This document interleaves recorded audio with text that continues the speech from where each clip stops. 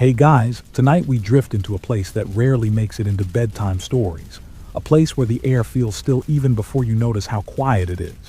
You're standing somewhere in the early 1930s in Japanese-occupied Manchuria, and the morning looks deceptively peaceful. There's frost on the ground, a pale sun lifting itself above low buildings, and a faint smell of coal smoke hanging in the air. If you squint, it almost feels ordinary. Almost. And somewhere in the back of your mind, a calm little voice whispers that you probably wouldn't survive this. Not because you're weak, but because you don't yet know what kind of place you've wandered into.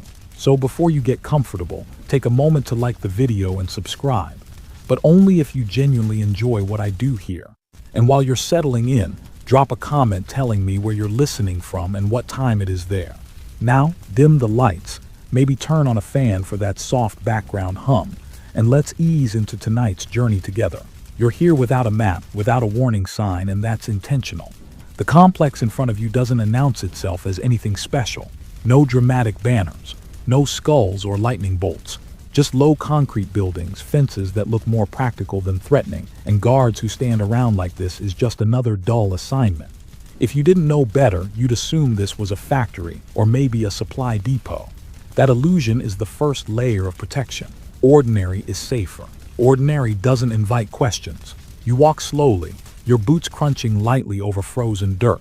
The cold seeps in immediately, the kind that settles into your joints and makes your breath visible with every exhale. Manchuria is unforgiving like that. Winters here don't rush, they linger. That's one mainstream historical fact historians agree on. The climate was brutally cold, and the Japanese army struggled to adapt to it after moving into the region. You pull your coat tighter, already uncomfortable, already wishing you'd dressed better for this era. Somewhere nearby, a whistle blows. Not urgent, not alarming, just a signal that something routine is starting. Routine is important here. Routine makes terrible things feel manageable. You notice how clean everything looks. Snow has been swept aside. Windows are intact. There's an almost clinical neatness to the place, which is ironic, though you won't fully understand why until later. As you move along the path, you hear muffled sounds, doors opening and closing, footsteps echoing briefly and then disappearing. No shouting, no chaos. That's what makes it unsettling. You've probably grown up with movies that tell you horror is loud, frantic, and obvious. But real historical horror often wears a calm face. It wears a clipboard. It speaks in measured tones. You pause near one of the buildings, and for a moment, you imagine what it would be like if you were here without knowing the future. In the 1930s, Japan is rising fast, industrializing, militarizing, convinced that science and discipline can solve almost any problem. There's a belief, quiet but powerful, that progress demands sacrifice. Not your sacrifice, of course, someone else. That belief hums beneath the surface here, as steady as the generator you can faintly hear somewhere underground. A quirky tidbit historians like to mention is that locals nearby were told this place was a lumber mill or a water purification facility. Even the name used publicly was intentionally dull. Boring names don't stick in memory. And if you were a farmer passing by on a cart, you probably wouldn't look twice. That kind of misdirection worked surprisingly well, especially in a time before satellite images and instant news. You keep walking, guided more by instinct than signage. A guard glances at you, then looks away.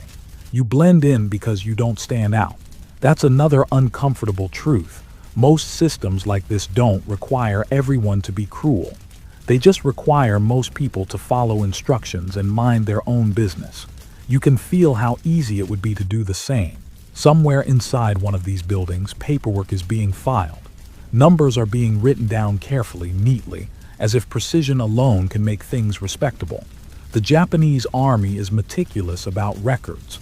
That's another widely accepted historical fact. Even now, before you understand what those records contain, you sense the weight of them. Ink has a way of outlasting people. You stop again and there's a strange thought that crosses your mind.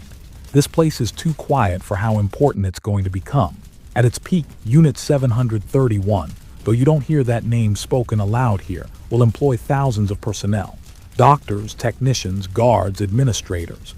It's not a handful of villains twirling mustaches in a basement. It's an institution. And institutions move slowly, calmly, like glaciers. You don't hear glaciers coming either.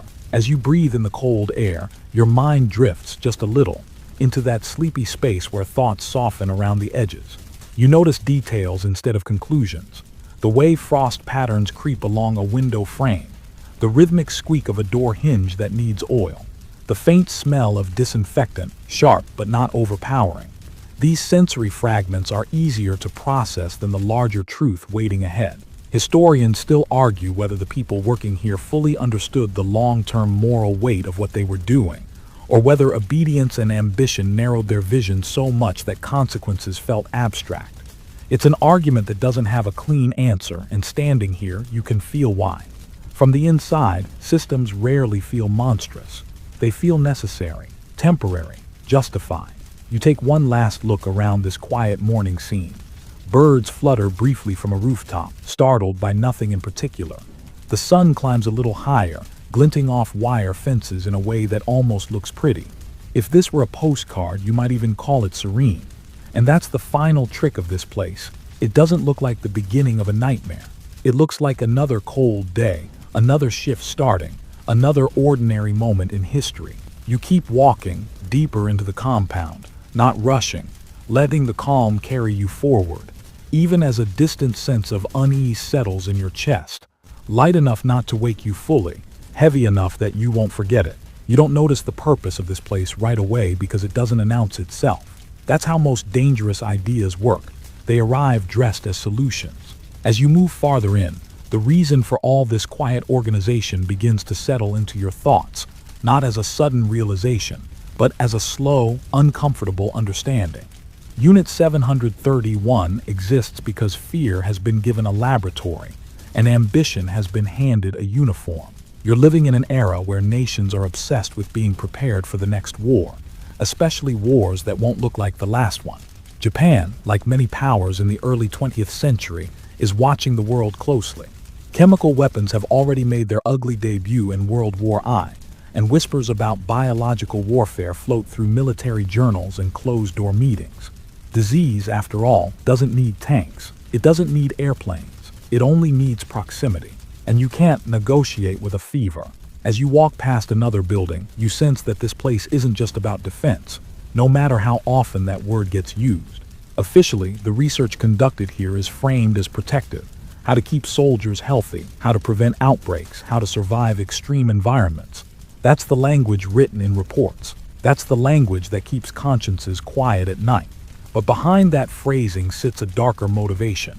If disease can weaken your enemy, why not learn how to control it first? A mainstream historical fact often cited is that Unit 731 was part of Japan's broader biological and chemical warfare program under the Kwantung Army. It wasn't some rogue operation. It was funded, protected, and expanded with full military backing. Standing here, you can almost feel the confidence that comes with that support. There's no sense of urgency, no panic. This place believes it has time. Time to experiment, time to refine, time to perfect something that should never be perfected. You pass a notice board covered with neatly arranged papers. From a distance, it looks boring: schedules, duty rosters, reminders about sanitation. One paper mentions efficiency, another mentions productivity. None of them mention people. That omission isn't accidental. Language matters here. When humans are reduced to variables, the math becomes easier. You start to understand that Unit 731 exists at the intersection of three powerful forces: imperial expansion, scientific curiosity, and military paranoia. Japan's occupation of Manchuria creates both opportunity and isolation. This region is far enough from Tokyo to keep secrets, yet close enough to supply resources. It's politically unstable, ethnically diverse, and tightly controlled by military authority. In other words, it's the perfect place for something you don't want the world to see. There's a strange calm in realizing how logical it all must have seemed at the time. That's not a defense, it's a warning. When systems are built carefully enough, even cruelty can be mistaken for necessity. You imagine the meetings that led to this place being approved. Men in uniforms, maps spread across tables, fingers pointing, voices low and confident. Someone says, "If we don't do it, someone else will." Someone else nods. That sentence has justified a lot of history. A quirky but unsettling tidbit is that the unit initially operated under a name that translated roughly to Epidemic Prevention and Water Purification Department. On paper, it sounded almost benevolent. Who could argue with clean water and disease prevention?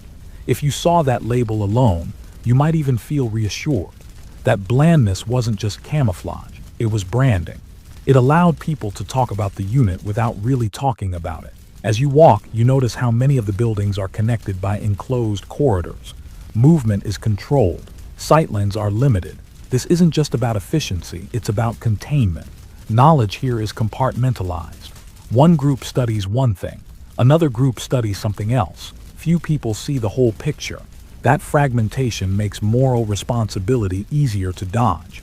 You can always say you were just doing your part. You stop near a window and peer inside. The room looks like any early 20th century laboratory, metal tables, glass containers, instruments laid out with care. If you've ever seen old photos of scientists at work, this fits the image perfectly. White coats, serious expressions, the tools of progress. It's unsettling how familiar it feels. You expect something monstrous, but instead you get something orderly, something respectable. Historians still argue whether the driving force behind Unit 731 was primarily strategic military advantage or the personal ambition of its leadership, particularly figures who saw an opportunity to push scientific boundaries without ethical restraint. Some suggest it was both, tangled together so tightly that separating motive from method becomes impossible. Standing here, you sense that the debate itself reflects how complicated the truth is. The soldiers and scientists here are taught to think in terms of outcomes. If an experiment yields useful data, it's a success. If it doesn't, it's revised or discarded. The human cost is treated as background noise, something regrettable but acceptable. You can feel how easily that mindset could spread, especially in a culture that emphasizes obedience and sacrifice for the nation. Questioning orders isn't framed as moral courage, it's framed as weakness. You take a slow breath, and the air smells faintly metallic, mixed with disinfectant. Your body reacts before your mind does, a subtle tightening in your chest. This place isn't loud or chaotic, but it's heavy. It presses down on you with intention. You realize that Unit 731 exists because someone decided that the ends mattered more than the means, and then built an entire institution to support that decision. As you continue walking, your steps naturally slow. The rhythm becomes steady, almost meditative. That's the strange thing, horror doesn't always feel sharp. Sometimes it feels dull, repetitive, wrapped in routine. And that makes it easier to live with, at least for those on the inside. You don't know all the details yet. You don't need to. For now, it's enough to understand why this place was created. Not out of madness, but out of calculation. Out of fear dressed up as preparedness. Out of ambition disguised as duty.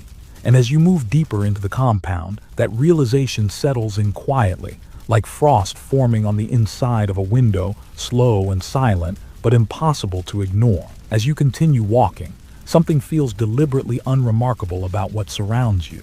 That's when it clicks. This place isn't hidden by walls alone. It's hidden by boredom. The base you're standing in, located in the Pingfeng district outside Harbin, is designed to disappear into the landscape of everyday military infrastructure. Warehouses, dormitories, administrative offices, all laid out with the kind of dull efficiency that discourages curiosity. If you didn't already know something was wrong, you'd never think to ask. Pingfeng itself doesn't look like the center of anything important. It's flat, windswept, and industrial. Trains pass nearby on predictable schedules, carrying supplies, equipment, and people who don't ask questions. That's one solid historical fact. The compound was strategically placed near rail lines, making it easy to move materials and prisoners in and out without drawing attention. Trains are perfect for secrecy. They're noisy enough to mask other sounds and routine enough to avoid suspicion. You notice how the buildings are spaced, not too close, not too far apart. Enough room to isolate problems, enough distance to keep sounds from traveling. Even the chimneys look ordinary, puffing out smoke that blends with the cold Manchurian air. If you weren't paying attention, you might assume they belong to a factory. And that's exactly the point. Factories mean productivity. They mean work. They mean something useful is happening inside. You walk past a fenced-off area where the snow looks slightly darker, more trampled. Footprints overlap and disappear, constantly refreshed. This place is busy, but quietly so. It doesn't buzz with conversation or laughter. It hums. There's a difference. The hum of machinery, the hum of generators, the hum of a system that never really stops, even at night. A quirky and chilling tidbit is that local residents were sometimes allowed to work nearby in unrelated jobs, completely unaware of what the compound truly was. Some thought it was a prison. Others believed it was a medical research center focused on protecting troops from disease. Both ideas were close enough to the truth to be convincing, and far enough away to be misleading. Partial truth is often the most effective lie. You pause near the outer perimeter and look at the fencing. It's sturdy, topped with wire, but not overly dramatic. No warning signs screaming danger. No skull and crossbones imagery. Just barriers that say, quietly but firmly, "You don't belong here." And most people listened. In occupied Manchuria, disobedience carried consequences, and people learned quickly where not to wander. As you move along the fence line, you realize something else. This base isn't just hidden from the outside world, it's compartmentalized within itself. Different sections are separated by walls and checkpoints. Access is controlled carefully. One group doesn't wander into another group's space. That separation isn't just about security, it's about knowledge. If you don't see everything, you can't fully understand what you're part of.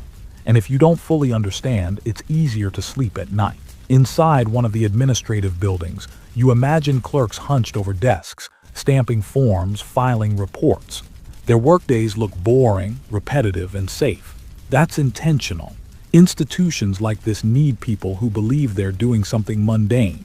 Paperwork is a powerful anesthetic.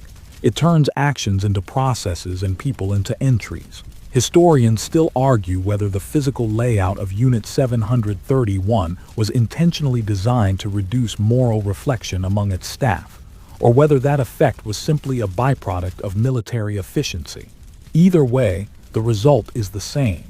The base functions like a machine, and machines don't ask why. They just run. You keep walking, and your steps echo faintly off concrete walls. Somewhere in the distance, you hear water running, pipes carrying it to places you haven't seen yet. The sound is oddly soothing, steady, and predictable. It's the kind of background noise that fades into your awareness after a while. That's another uncomfortable realization. Even unsettling places can feel normal once you spend enough time in them. The base also benefits from geography. Winters here are long and harsh, discouraging travel. Snowstorms limit visibility. Cold keeps people indoors. Nature itself acts as an extra layer of isolation. That's not accidental.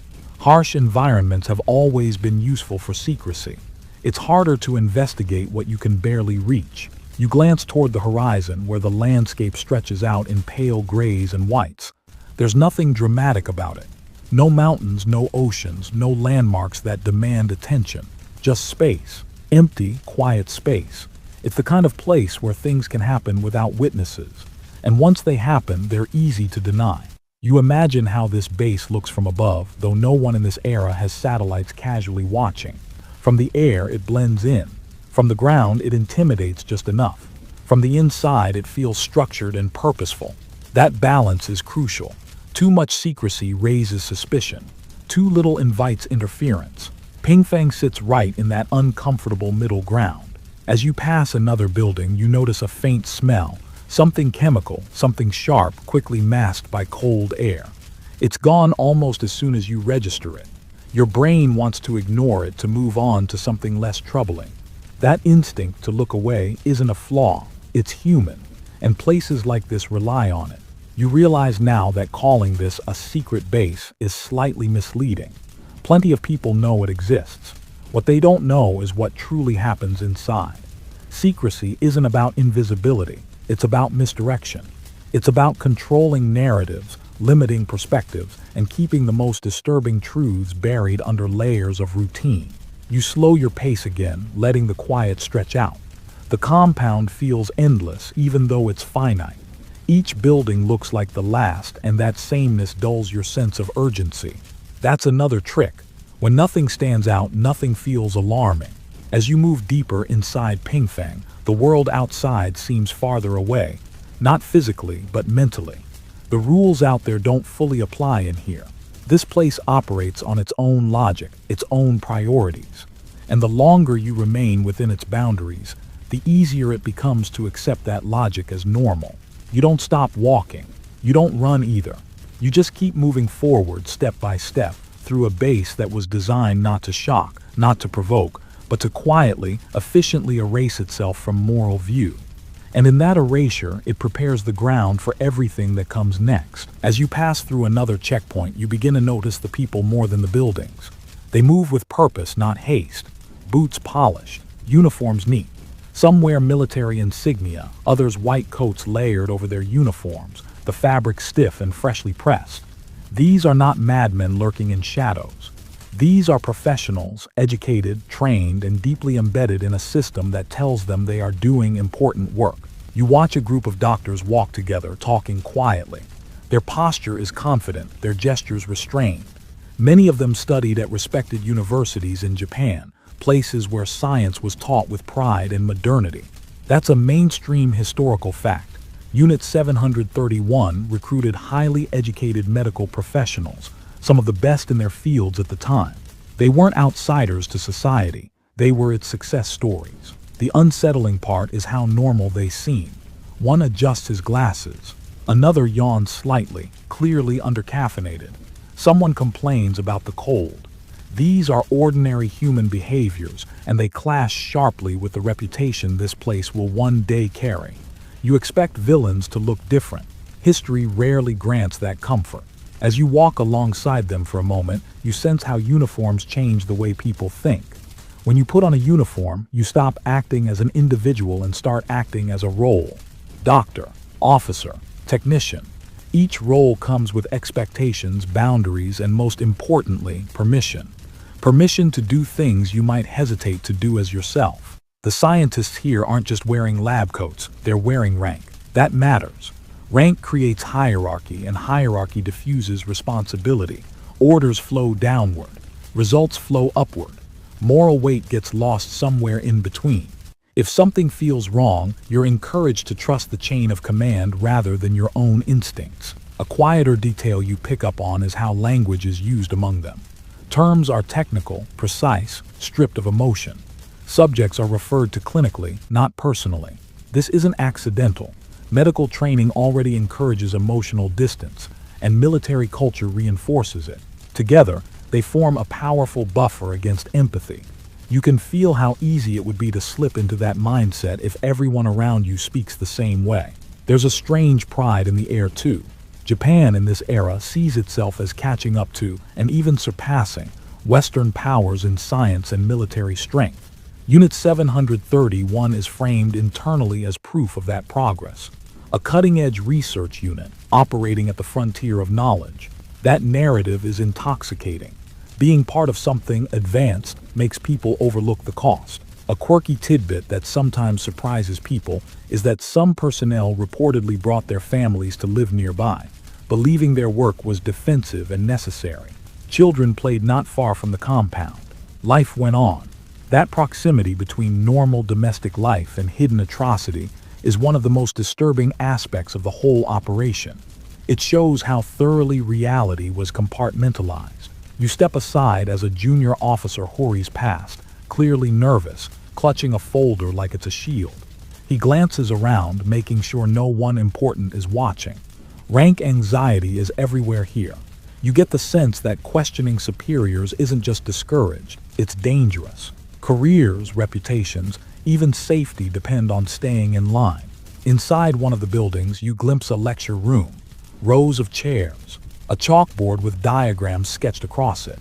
Someone has written notes about infection rates, exposure times, variables to control. It looks like any medical classroom. That familiarity is jarring.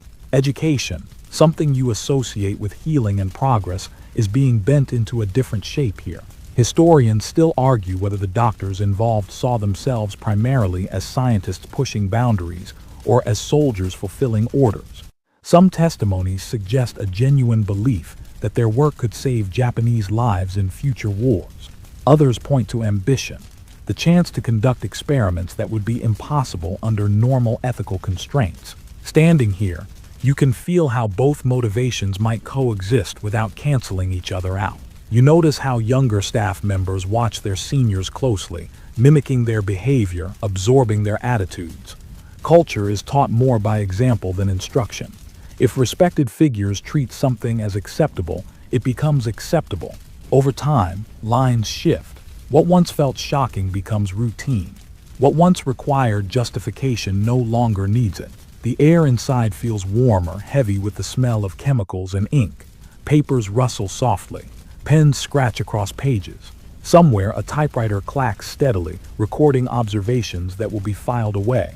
There's something deeply unsettling about how calm it all is. No screaming alarms, no frantic energy, just work being done. You realize that the transformation from healer to experimenter doesn't happen all at once. It happens gradually, through small compromises, through trust in authority, through the belief that someone else has already weighed the moral cost. By the time you notice how far you've gone, turning back feels impossible. As you leave the building, the cold air hits your face again, sharp and clarifying. You take a slow breath, grounding yourself. You're still walking through a place where science wears a uniform and obedience carries more weight than conscience. And the most disturbing part isn't that monsters exist here. It's that ordinary people do, doing extraordinary harm while convincing themselves it's necessary. You keep moving forward, the quiet crunch of snow underfoot returning, as the faces of doctors and soldiers blur together behind you, their white coats and dark uniforms blending into a single, unsettling image that lingers longer than you'd like. You don't see the arrivals right away. That part of the process is kept deliberately out of sight, tucked behind fences and walls, away from the cleaner, more orderly parts of the compound. But as you walk farther in, you begin to sense that this place depends on a steady flow of people who didn't choose to be here. Unit 731 doesn't recruit volunteers for its most important work. It acquires them. A truck rumbles past you, slow and heavy, its engine struggling slightly in the cold. The back is covered, the canvas stiff with frost. From the outside, it looks like any other military transport. Supplies move through bases like this all the time. That's the camouflage. The difference is in what's being delivered, or rather who. You learn quickly that the people brought here aren't called prisoners in official language. They're given a term that strips them of identity and sympathy. Logs, materials, units. Language does the first act of violence before anything else happens.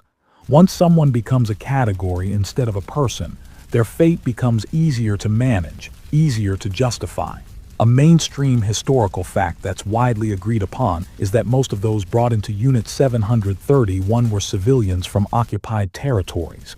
Chinese men, women, and sometimes children, as well as some prisoners of war. They weren't told where they were going. Many were arrested on vague charges, accused of espionage, banditry, or simply being inconvenient. In an occupied region, accusation is enough. You imagine the moment of arrest, a knock at the door, soldiers standing outside, faces unreadable, no explanation that makes sense, no time to gather belongings, maybe a promise that it's just for questioning, just temporary. Lies don't have to be elaborate, they just have to last long enough. And once the truck doors close, the truth becomes irrelevant. Inside the compound, intake is handled with chilling efficiency. Names, when they're recorded at all, are quickly replaced with numbers. Clothing is taken. Personal items disappear. The process feels procedural, almost bureaucratic. That's intentional. Bureaucracy smooths over brutality. It turns suffering into a workflow. A quirky but deeply unsettling tidbit is that some guards reportedly believed the people brought in were already sentenced to death, which made their treatment easier to rationalize. If someone is already dead, in your mind, then whatever happens next doesn't feel like murder. It feels like administration. That belief wasn't always true, but it didn't need to be. It just needed to be convincing. You notice how the guards avoid eye contact. Not all of them are cruel. Some are simply detached. Detachment is another survival skill in a place like this. If you don't connect, you don't have to carry the weight. You focus on procedures, on timing, on doing your job correctly. Correctness replaces kindness. The people brought in are kept isolated, often deliberately confused about where they are. Windows are small or blocked. Movement is restricted. Silence is enforced. Confusion weakens resistance. If you don't understand what's happening, it's harder to fight back. Fear becomes a constant, low-level hum, like the generators that never seem to shut off. Historians still argue whether the leadership of Unit 731 fully understood how dehumanization at this scale would shape the behavior of their staff, or whether they underestimated how quickly ordinary soldiers could adapt to cruelty when systems encouraged it. Standing here, it's hard to believe it was accidental. Everything about the intake process seems designed to erase individuality as fast as possible. You walk past a building where records are being updated. A clerk stamps a document and slides it into a folder without looking up. Somewhere on that paper is a number that corresponds to a living person nearby. The distance between the two feels enormous, and yet they're directly connected. Ink decides fate here. The cold returns as you step back outside. You think about how vulnerable you'd feel if this were you, pulled from your life, dropped into a place where no one speaks to you as a person. The fear wouldn't be sharp and explosive. It would be dull, constant, exhausting. That kind of fear wears people down faster. There's no ceremony to any of this. No speeches. No dramatic announcements. Just arrivals, processing, and reassignment. The lack of drama is what makes it work. If it felt exceptional, people might hesitate. If it feels routine, it becomes part of the day. You realize now that survival here doesn't depend on strength or intelligence. It depends on being useful to a system that never intended to let you leave. And usefulness is defined entirely by others. That imbalance of power is absolute. As you continue walking, the sound of the truck fades into the distance. Another delivery completed. Another set of numbers added to the books. The compound absorbs them without a ripple, like a lake swallowing stones. You don't stop.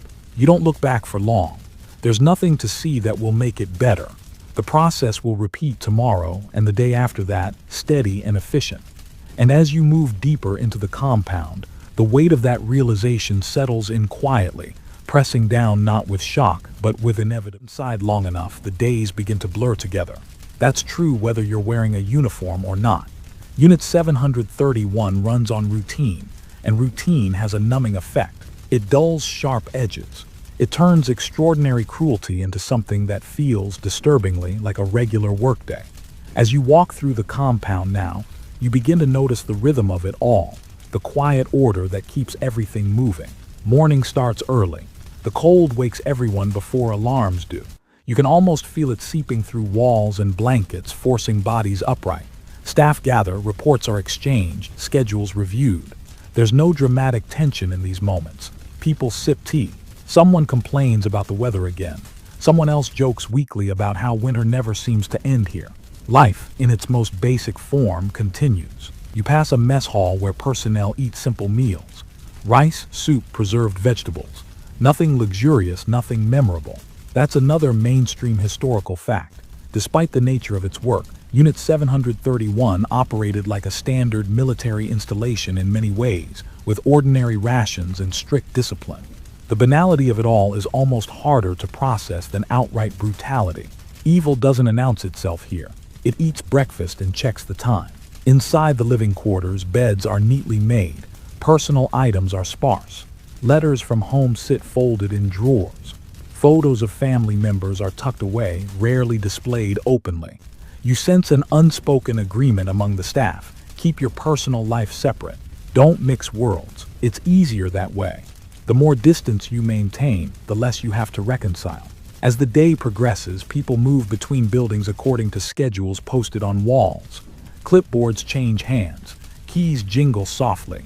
Doors open and close with practiced familiarity. No one rushes unless something goes wrong. Calm is valued here. Calm suggests control. A quirky tidbit that often surprises historians is how structured leisure time could be for staff. There were moments set aside for rest, for reading, even for light recreation. Some personnel reportedly played board games or listened to music in the evenings. That detail feels wrong, almost offensive, but it's important. It shows how thoroughly the human mind can compartmentalize. You can enjoy a game if you believe what you did earlier was justified, or if you simply refuse to think about it. You walk past a corridor that smells strongly of disinfectant, sharp enough to sting your nose. Cleaning is constant. Floors are scrubbed. Tools are sterilized. Order is maintained obsessively. This isn't just about hygiene, it's about control. Clean spaces feel rational. They feel safe. They hide messes that aren't meant to be seen. Guards rotate shifts with mechanical precision. They know when to watch closely and when to look away. Most of the time, looking away is encouraged. Silence is rewarded. Questions are not. You sense that everyone understands the rules without needing them spelled out. That shared understanding keeps the machine running smoothly. Historians still argue whether daily routine was intentionally emphasized to desensitize staff over time, or whether it was simply standard military procedure that had unintended psychological consequences. Standing here, it's hard to tell the difference. Intent and effect often blur in places like this. What matters is that repetition works. Over time, even the most unsettling actions lose their emotional charge. You notice how time feels different inside the compound. Days are long but indistinct. There are no clear markers for seasons beyond the cold easing slightly, then returning. Without variation, memory flattens. Individual moments stop standing out. That's dangerous because memory is often where moral reflection lies. When days blur, so do doubts. In one building, you glimpse a blackboard with a checklist written neatly in chalk. Tasks completed are marked off one by one. There's satisfaction in that kind of order. Humans like finishing things, checking boxes. It gives a sense of accomplishment, even when the tasks themselves are morally empty, or worse. As evening approaches, lights flick on across the compound. The glow is soft, almost comforting against the dark. From a distance, it could look peaceful. You imagine how this place might appear to someone passing by at night. Just another military base settling in, nothing remarkable. You feel the weight of how daily life here is designed to keep everyone functioning. Not thinking too much, not feeling too deeply. The system doesn't need monsters. It needs consistency. People who show up, follow procedures, and go to sleep at night believing tomorrow will be the same as today. As you continue walking, the steady pace of the compound seeps into you. Your breathing slows. Your steps even out. That's the danger of routine. It's contagious. You understand now how easy it would be to get lost in it, to let days pass without questioning what they contain. The hum of generators grows louder as night settles fully. Somewhere, someone is finishing a report. Somewhere else, someone is preparing for the next day. The cycle doesn't pause. It doesn't need to. And as you move through the quiet corridors of Unit 731's daily life, you realize that this steady, controlled normalcy is not a background detail. It's the foundation that allows everything else to happen. The farther you move into this place, the more you realize that survival itself has been turned into a variable. Not a right, not a hope, just something to be observed, measured, and recorded. Here, cold and hunger aren't accidents of environment, they're conditions, controlled conditions, and you feel their presence long before you understand their purpose. The air inside certain buildings feels different, thinner, sharper. You notice your breath again, even indoors, faint clouds forming and fatting with every slow exhale. Manchurian winters are harsh on their own, but here, cold becomes something else entirely. It's studied, adjusted, manipulated. That's a widely known historical fact. Unit 731 conducted extensive research on human endurance in extreme temperatures, especially frostbite and hypothermia, not to help people survive winter, but to understand the limits of the human body. You walk past a room where the windows are thick and narrow. Frost clings to the glass in delicate patterns, almost beautiful if you don't think about why it's there. Inside, the temperature is deliberately kept low. You don't hear anything from within, and that silence feels heavier than noise ever could. Cold has a way of slowing everything down, including sound. Your fingers tingle just standing nearby. It's the kind of cold that makes you clumsy, that steals precision from your movements. You imagine what it would feel like if you were trapped in it for hours, unable to move freely, unable to warm yourself. The body's first response would be pain. Sharp, urgent, demanding attention. Then numbness. A dangerous, deceptive numbness that feels like relief. Hunger works differently, but it's just as powerful. It starts as discomfort, a hollow ache, then weakness, then a fog in the mind where thoughts become slow and heavy. Here, food isn't just nourishment, it's a tool. Portions are controlled, timing is controlled, everything is controlled. When you control someone's basic needs, you control their reality. A quirky but haunting tidbit that appears in some accounts is that observers would note reactions to cold or deprivation as calmly as someone nodding the weather. Response delayed, movement slowed, speech impaired. The language is flat, technical, almost bored. That tone is what makes it chilling. Suffering is treated like data, not experience. You sense that in this environment, even time becomes distorted. When you're cold or hungry, minutes stretch, seconds feel long. The mind fixates on relief that never comes. You become aware of every sensation, every ache, every small discomfort until your entire world shrinks down to your body. That's part of the control too.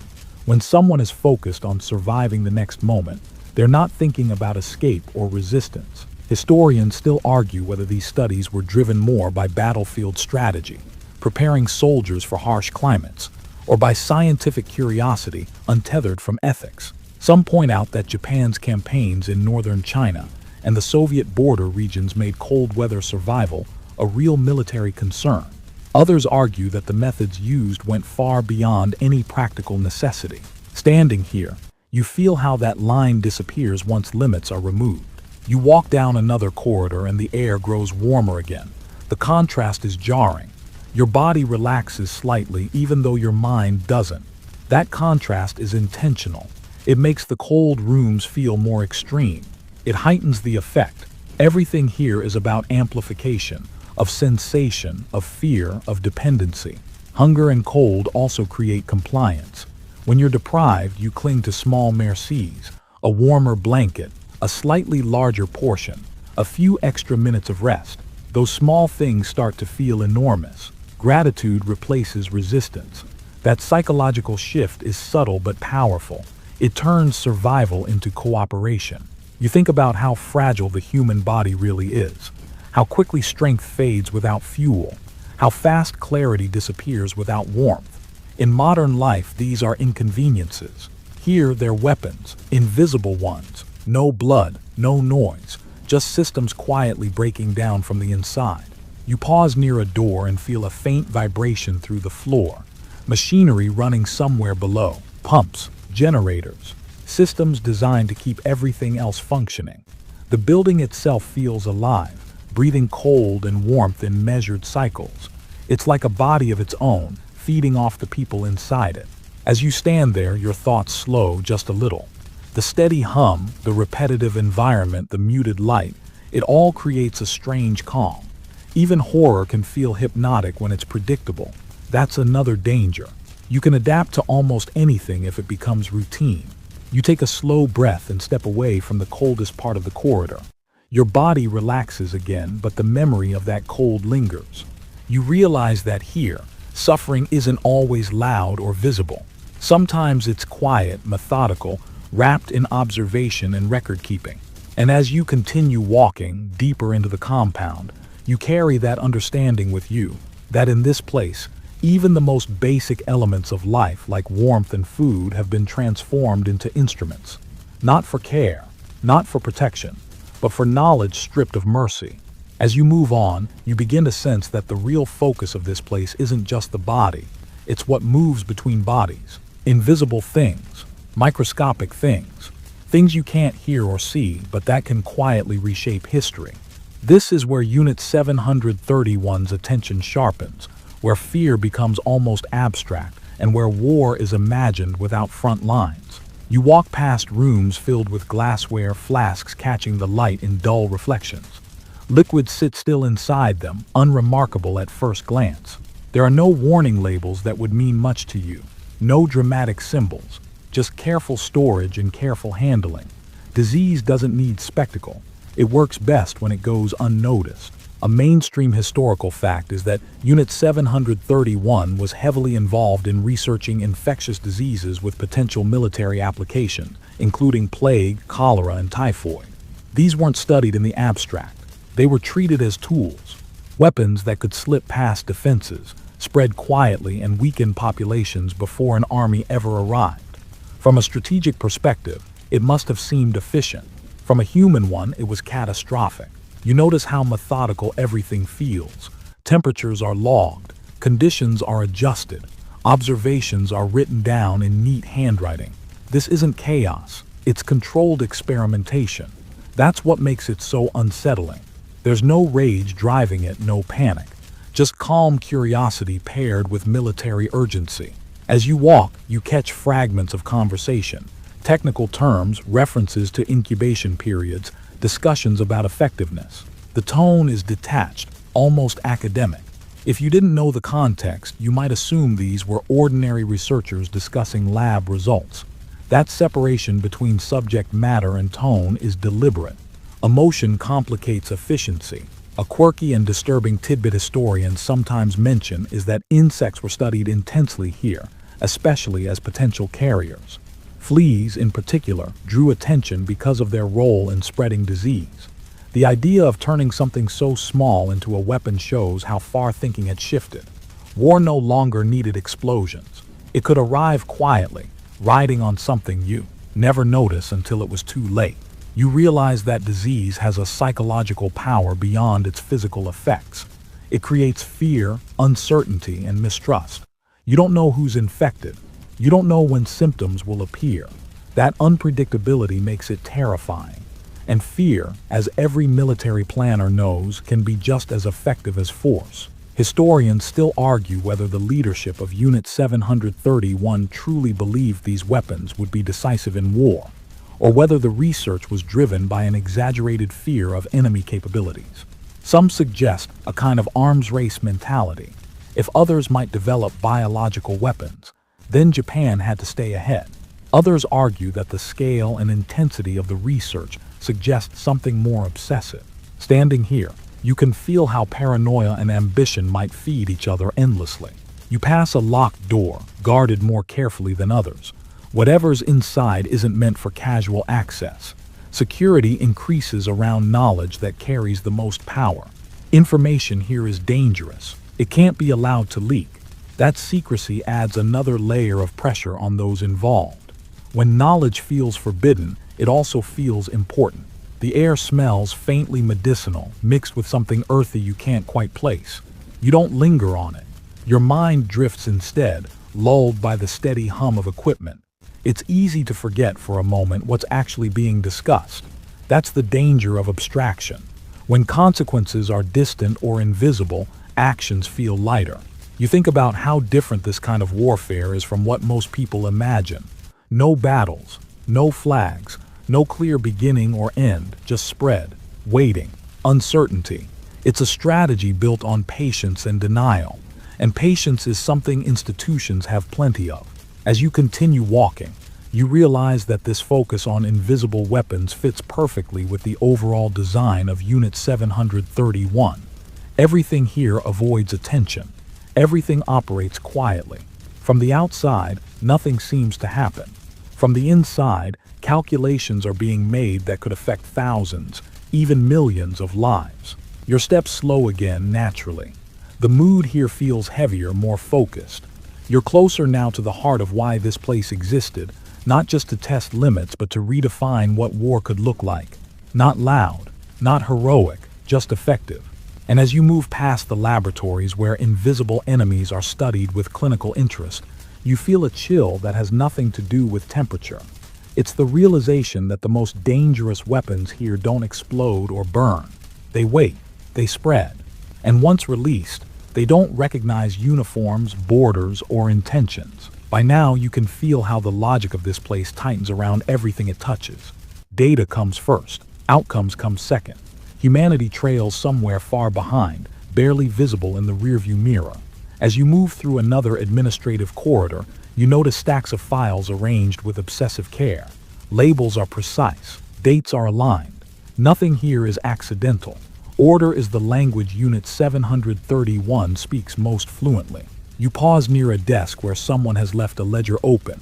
Rows of numbers march across the page, tidy and controlled. Each number represents a result, a response, a data point. It doesn't represent a person, not anymore. This is one of the most important transformations that happens here. Once something is quantified, it becomes manageable. Once it's manageable, it can be justified. A mainstream historical fact is that Unit 731 placed enormous value on record keeping. Observations were written down meticulously, often in real time.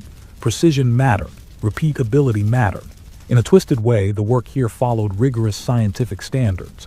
That fact makes everything else harder to process, not easier. This wasn't chaos masquerading as science. It was science stripped of ethics. You notice how discussions among staff often circle back to efficiency. How quickly did a reaction occur? How consistent were the results? Could conditions be optimized? The language mirrors that of industrial production. Input, process, output. When humans are treated as systems rather than lives, this kind of thinking becomes frighteningly smooth. There's a quiet pressure in the air, a sense that producing usable results is the only thing that truly matters. Careers depend on it. Funding depends on it. Reputation depends on it.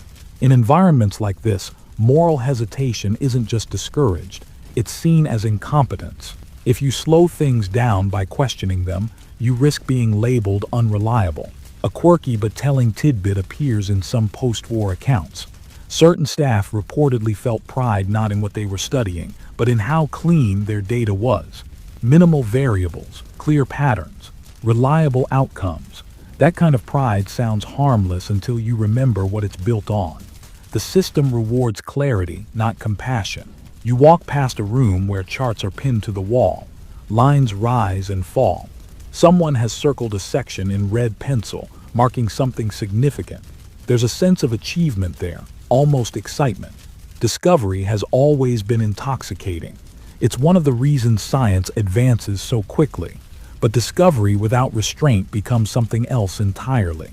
Historians still argue whether the emphasis on data was a coping mechanism for those involved, or a genuine reflection of belief that numbers could somehow neutralize guilt. Some suggest that by focusing on results, individuals could distance themselves from the moral implications of how those results were obtained. Others argue that many simply stopped seeing a conflict at all. Over time, the system reshaped perception. You feel how the environment encourages that shift. Everything is designed to keep attention on tasks, not consequences. There are no reminders of the outside world here. No newspapers. No radio broadcasts discussing civilian life. The compound becomes a bubble where only certain values exist: productivity, loyalty, results. As you continue walking, the soft scratch of pen on paper follows you, rhythmic and steady. Documentation never stops. Even at night, someone is always recording something. There's a belief here that if it's written down, it matters. And if it matters, it must have been worth the cost. That circular logic is difficult to break once it's in place. You think about how easily modern life trains people to trust data. Charts feel authoritative. Numbers feel objective. They give the illusion of truth without context. In Unit 731, that illusion becomes a shield. If the data is valuable, then the method must have been necessary. If the method was necessary, then questioning it feels pointless. You pass another door and glimpse a stack of reports waiting to be reviewed by higher command. The flow of information is upward. Approval flows downward. Responsibility dissolves in between. Everyone can say they were only one link in a long chain. Chains are strong precisely because no single link feels fully accountable. The lighting here is dimmer, softer, designed to reduce eye strain. Even comfort is optimized. A comfortable worker is a productive worker. That philosophy applies everywhere. Comfort isn't extended equally, but it's carefully rationed where it serves the system best. You realize now that in this place, humanity isn't denied outright. It's deprioritized, pushed aside in favor of goals that feel larger, more abstract. National security, scientific progress, strategic advantage. Big ideas have a way of shrinking individual lives until they barely register. As you walk on, your steps slow again, syncing with the quiet efficiency around you. The danger here isn't just what was done. It's how reasonable it all must have seemed to the people doing it. Numbers don't scream, charts don't cry. And when you build a world where those are the loudest voices, Silence becomes the default response to suffering. At some point, you start to sense a quiet contradiction running through this place. For all the emphasis on data, results, and efficiency, there's an unspoken awareness that something essential is slipping through the cracks. Knowledge is being gained, yes, but something else is being lost at the same time. And that loss isn't measured, graphed, or archived. It just accumulates unseen. You walk into a room where finished reports are stacked neatly, tied with string, ready to be sent upward through military channels. These documents represent conclusions. What worked, what didn't, what patterns emerged. On paper, it all looks definitive. Clear answers, clear outcomes. But standing here, you realize how incomplete those answers really are. Data can tell you what happens to a body under certain conditions. It can't tell you what it costs to reduce a person to a test case. A mainstream historical fact often discussed is that some of the findings from Unit 731 were considered scientifically useful by military planners, particularly in understanding how disease and extreme conditions affected the human body. That idea, that something useful came from all this, is deeply uncomfortable. It forces a question no one likes to sit with. Can knowledge be separated from the way it was obtained? You feel the tension of that question in the air. Even here, among people trained not to dwell on such things, it lingers. There's a reason discussions stay technical. There's a reason moral language is avoided. Once you acknowledge the loss, the work becomes harder to justify. A quirky but revealing tidbit appears in later testimonies. Some former personnel reportedly insisted that without the context of war, their work would be condemned. But within it, they believed it was necessary. That conditional morality, acceptable here, unacceptable elsewhere, is a fragile structure. It depends entirely on circumstance, and once the circumstance changes, it collapses. You think about what isn't being recorded: fear, confusion, despair. None of those fit neatly into tables. They don't translate into actionable conclusions, so they're ignored. In that absence, the records become distorted mirrors, reflecting only what the system wants to see.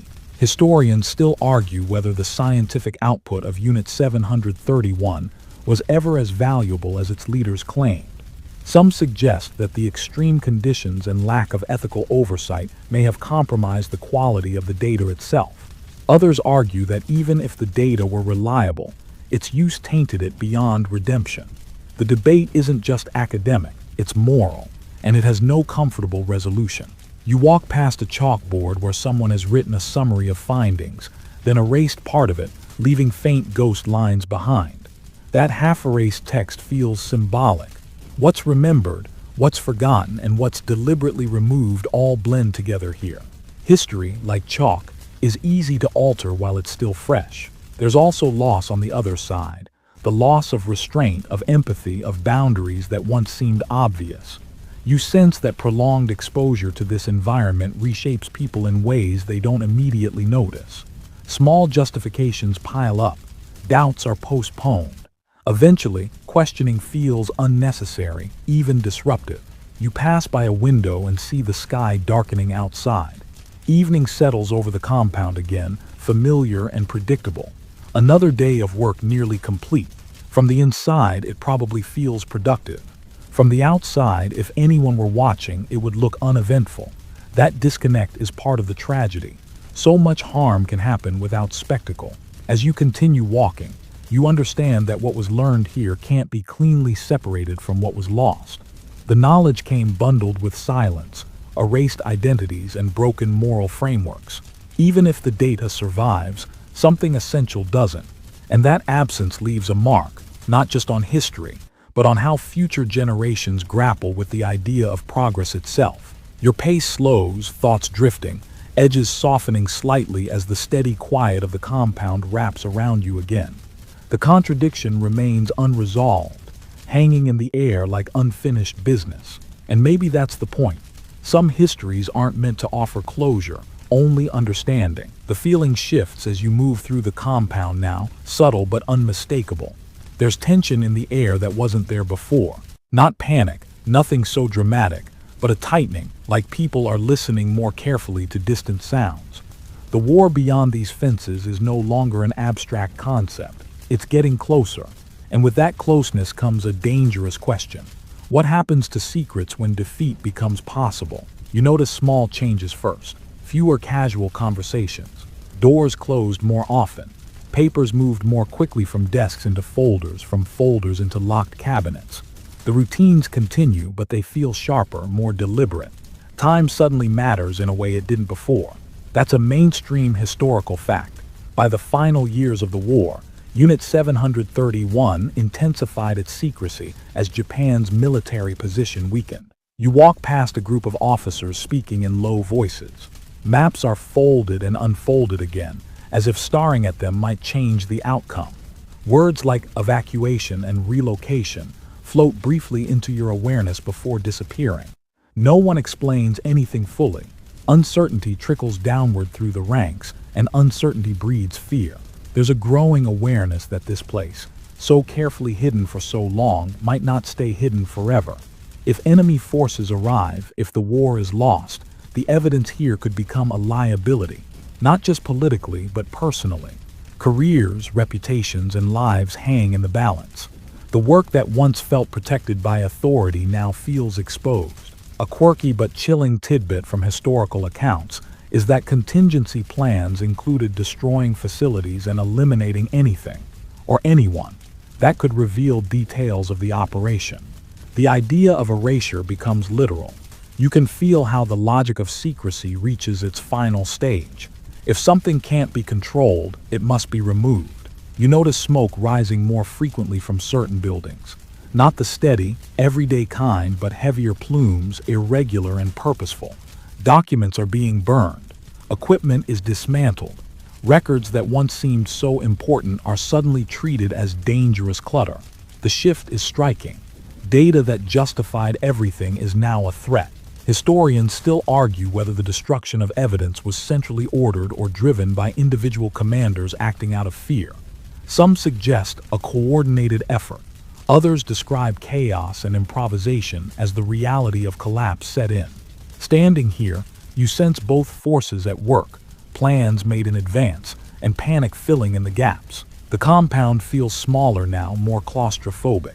Corridors that once seemed endless feel tight, crowded with urgency. The quiet hum of routine is replaced by sharper sounds, doors slamming, footsteps echoing faster than before. Even the air feels different, thick with smoke and anxiety. You realize how quickly priorities can invert. For years, everything here revolved around gathering information. Now the priority is preventing anyone else from finding it. Knowledge becomes dangerous the moment control slips. That's one of the great ironies of this place. What was once power becomes vulnerability overnight. As night falls, the lights seem harsher, casting longer shadows across the compound. You catch glimpses of faces that look strained, tired in a way that sleep won't fix. Some people avoid eye contact altogether. Others watch everything, suddenly suspicious. Trust erodes quickly when systems start to crack. You think about the people who will never leave this place, not because they're trapped by walls, but because they've already been erased in preparation for retreat. The thought sits heavy, but the compound doesn't slow down for it. There's too much to dismantle, too much to hide. You keep walking, moving through a place that is quietly undoing itself. The efficiency that once built Unit 731 is now being used to unbuild it, piece by piece. And as the night deepens, you feel the weight of an ending approaching. Not a clean one, not a just one, but an ending all the same, shaped by fear, silence, and the desperate desire to leave no trace behind. Finally ends. It doesn't arrive here with a clear announcement or a moment of collective realization. It seeps in slowly, through rumors first, then confirmations, then the undeniable weight of surrender. You feel it in the way people stop pretending everything will continue as before. The question is no longer how to win, but how to survive what comes next. You imagine the hurried meetings behind closed doors. Faces tight, voices controlled but urgent. Decisions are made quickly, not always cleanly. What do you reveal? What do you deny? What do you trade? In the aftermath of defeat, information becomes currency, and those who hold it understand its value immediately. A mainstream historical fact is that after Japan's surrender, Many of the key figures associated with Unit 731 avoided prosecution by providing data to occupying American forces. The research, however it was obtained, was considered valuable in the emerging Cold War context. That reality reshapes everything you thought justice might look like. Accountability becomes negotiable. You feel the strangeness of that moment settle in. On one side, there's outrage, horror, the instinct to punish. On the other, there's pragmatism, strategy, the belief that knowledge gained, even through atrocities, should not be wasted. These two forces collide, and compromise emerges in the space between them. A quirky and unsettling tidbit from this period is how quietly many of these arrangements were made. No dramatic tribunals, no public confessions. Deals happened in offices, through reports and private assurances. Silence was part of the agreement. The less said, the easier it was to move forward without reopening wounds that were still raw. Historians still argue whether the decision to grant immunity in exchange for data was driven by genuine scientific interest or by fear that rival powers might gain access first. Some argue it reflected the moral compromises of the early Cold War, when ethical lines blurred under the pressure of global rivalry. Others see it as a failure of justice that shaped historical memory for decades. You walk mentally through the aftermath, personnel dispersing, uniforms discarded, titles erased.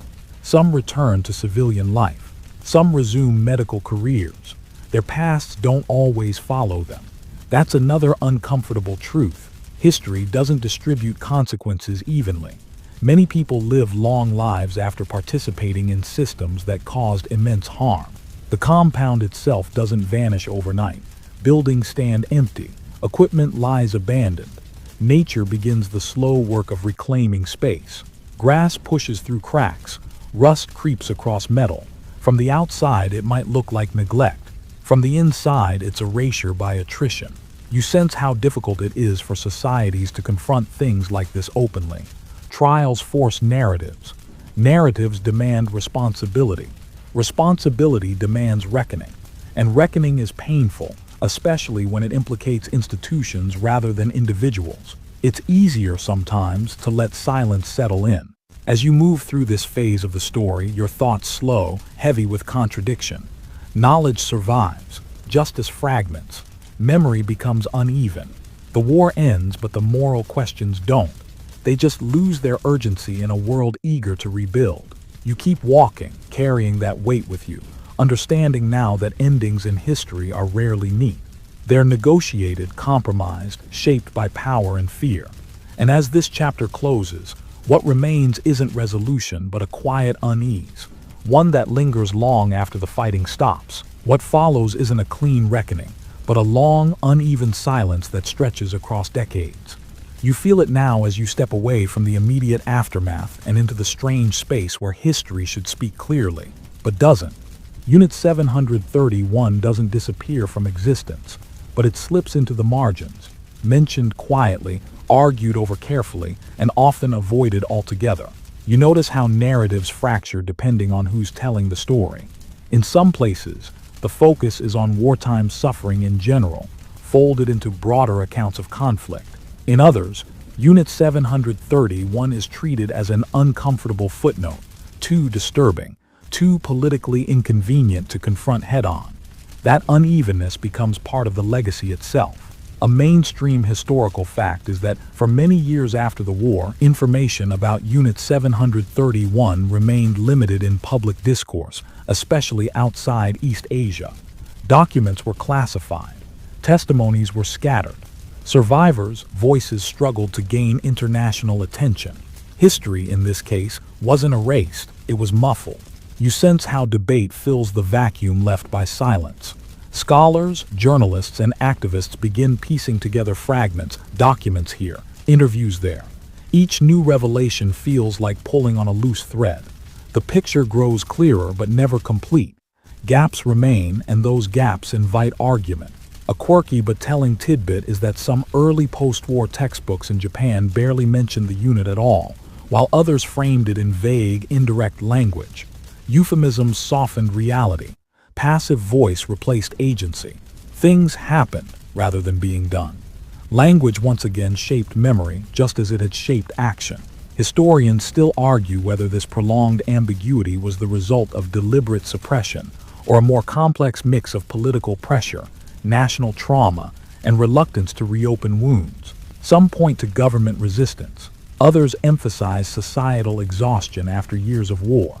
Standing in this space of debate, you feel how truth can exist without consensus, and how uncomfortable that can be. You imagine conferences where scholars disagree sharply, voices controlled but intense. Footnotes become battlegrounds. Interpretations matter. Numbers are questioned. Motives dissected. In these debates, Unit 731 becomes more than a historical case. It becomes a test of how societies handle moral failure. Memory, you realize, isn't just about what's remembered. It's about how often, how clearly, and by whom. Survivors' accounts carry a different weight than official records. Oral histories challenge archives. Emotion challenges detachment. And yet, without institutional support, those voices struggle to anchor themselves in the public mind.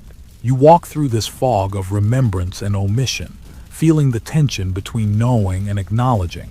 It's one thing to accept that something happened. It's another to let it reshape national narratives, educational systems, and collective identity. That second step is always harder. As time passes, new generations encounter the story with fewer personal connections. Distance dulls urgency. What once felt raw becomes abstract. That's not unique to Unit 731, it's a pattern in history. But here, the consequences feel especially heavy. When memory fades unevenly, accountability does too. You slow your pace, letting the debate echo softly rather than loudly. Arguments don't resolve themselves neatly. They linger, evolving as new evidence surfaces and cultural attitudes shift. And as you move forward, you understand that this long silence, broken only by argument and rediscovery, is not an absence of history.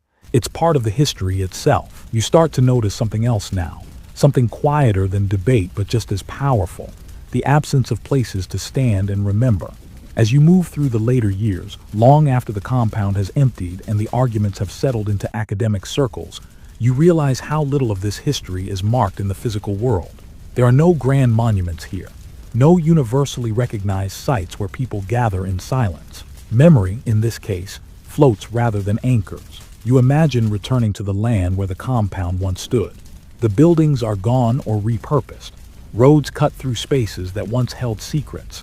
If you didn't know what happened here, nothing would stop you from walking past without a second thought. That's a mainstream historical reality. Much of Unit 731's physical footprint was destroyed, abandoned, or absorbed into ordinary urban development. History didn't freeze the site in place. It moved on. You feel how different this is from other dark chapters of the past that are clearly marked, curated, and institutionalized in public memory. Those places tell you, unmistakably, that something terrible happened here. This place doesn't. Instead, knowledge depends on books, documentaries, whispered conversations, and the willingness of individuals to look deeper than the surface. A quirky but revealing tidbit is that when museums and exhibits related to Unit 731 did eventually appear, they often faced resistance, controversy, or political pressure. Even remembering became something contested. The act of memorialization wasn't neutral, it carried implications, responsibility, and discomfort. Silence, once again, proved easier. Historians still argue whether the lack of prominent memorials reflects deliberate avoidance, or the difficulty of representing something so morally complex and internationally sensitive. Some believe remembrance was delayed because acknowledging it fully would challenge national self-images. Others argue that the absence reflects a broader human tendency to distance ourselves from histories that offer no redemption. You think about how memory usually works best when it's tangible, a place to stand, a name carved in stone, a ritual repeated. Without those, history risks becoming theoretical, something you know about but don't feel. And when feeling fades, so does urgency. You walk through imagined streets where daily life unfolds, people shopping, talking, living unaware of what once occupied the ground beneath their feet.